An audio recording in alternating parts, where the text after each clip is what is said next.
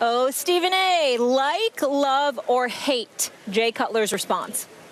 I like it. I respect it from the standpoint that he didn't want to get into the muck and mire of it all. So I can understand that. But I also think I like it because he showed some wisdom. What could he say? Let me be very, very clear. Jay Cutler's the worst quarterback in football. I want to be very, very clear about that. The worst. Let me explain. The worst. Because I'm not talking about his talent. I know he's got arm strength. I know he's got athletic ability. I know that he's tough.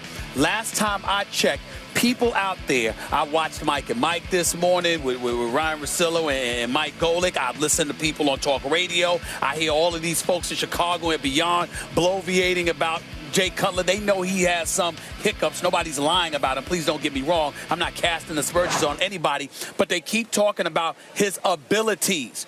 But when we sit back and we judge quarterbacks, what do we always talk about? We talk about intangibles. We talk about leadership. Where the hell is Jay Cutler's intangibles? Where the hell is his leadership? He is a quarterback. There is no quarterback in the NFL devoid of more leadership qualities than Jay Cutler. He walks around looking depressed all the time. The only time I've ever seen him smile is when he was signing a contract as if he was laughing at the organization in the city of Chicago and a collection of fools all over the United States of America who actually believed he deserved half the damn money he got. He stinks, and that's the bottom line. And he stinks because he has no leadership ability. He does not inspire. He does not galvanize. He does not bring people together. And this is how you need to know this. The new offensive coordinator, I think it's Logains or Loggins, or how you pronounce it, G-A-I-N-S, so I'm going to say Logains. He's the new offensive coordinator that succeeded him, Adam Gase, who's now the head coach for the Miami Dolphins because of the job he did with Jay Cutler. Now, let's think about the job he did with Jay Cutler. Jay Cutler, did he have 40 touchdowns? No. He threw 21 touchdowns. He threw 11 interceptions. He had a QBR of 60, and you got people acting like let's throw a parade for his sorry behind. He stinks, okay? And the bottom line is this. Not only is that a reality where they're sitting there and they're bloviating about Jay Cutler, but let's be clear.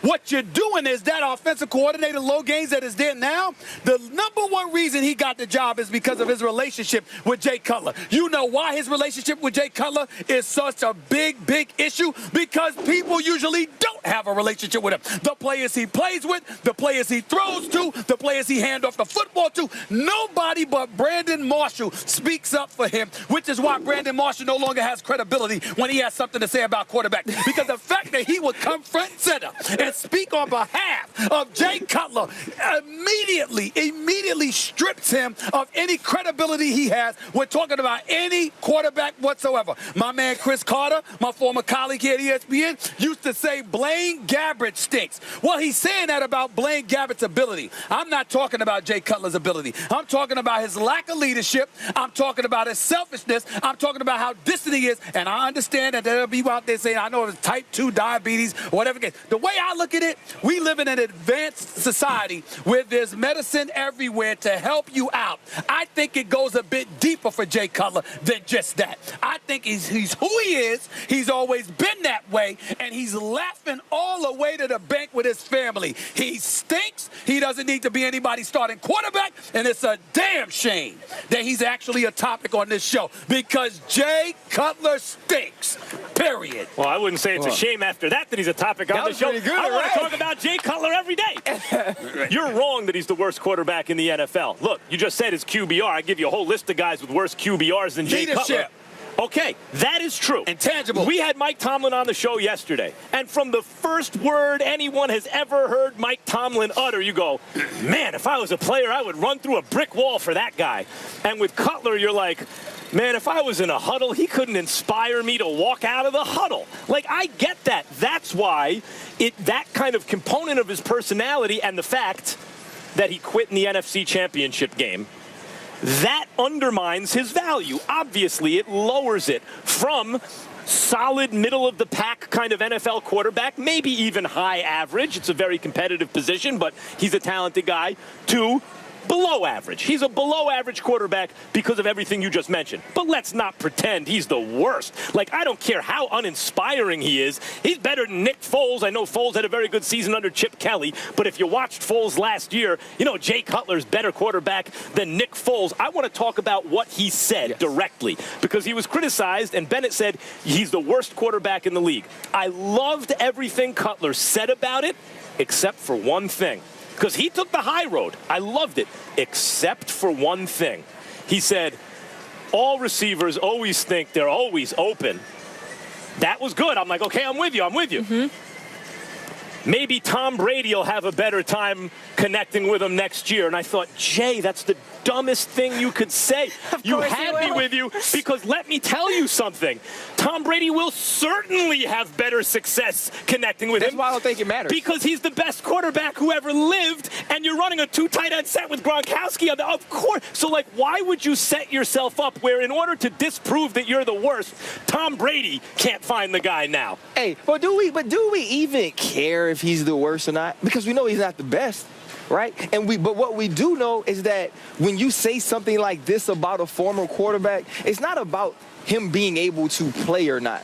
Because if you like a dude, you'll say something good about him, or you won't say anything at all. So it's more about the way he relates to his team, he talks to his teammates. I played with somebody who was with the Steelers, went to the Bears, and then came back to the Steelers. And so, you know, the question for me, because I'm nosy, hey, how's Jay Cutler? I can't tell you because in 2 years, we never had a conversation. Wow. This is a man that played offense, that he had to throw to, that had to block for him, and he never had a conversation with him. And so if you look at what he says, it's about what I think Jay Cutler would say anyway. He really didn't get into it. It really wasn't inspiring. It really wasn't anything that we should be talking about the exact words, because that's his life. Well, that's the way he acts on the sideline. That's the way he does his interview. I didn't expect him to combat it. And even if he said the thing about Tom Brady, I don't think that brings scrutiny on him because we expect Tom Brady to find him anyway. Well, I'll tell you where the scrutiny comes with the Tom Brady mention. Maybe. The word maybe. What do you mean maybe? Tom Brady on crutches could throw better than Jay Cutler. Well, Tom Brady muted. Tom Brady could have a bad case of severe laryngitis and be more of a leader than Jay Cutler. We are talking intangibles. We are not talking athletic ability. We're talking intangibles. A willingness to go out there, ingratiate yourself with the people you need in order to be successful and be a leader from that quarterback position. People who come to the defense of Jay Cutler, make up your mind how you feel about the requirements. And by the way, if you remember, First Take was supposed to be in Chicago on Monday. I don't know this. I haven't heard anything. This is my personal belief. Has nothing to do with ESPN. I believe that the Chicago Bears said no way in hell is First Take coming to Chicago, because if Stephen A is in the same vicinity as Jay Cutler, who knows what Jay Cutler might try to do to him, because I tell him to his face, he stinks because he's not a leader.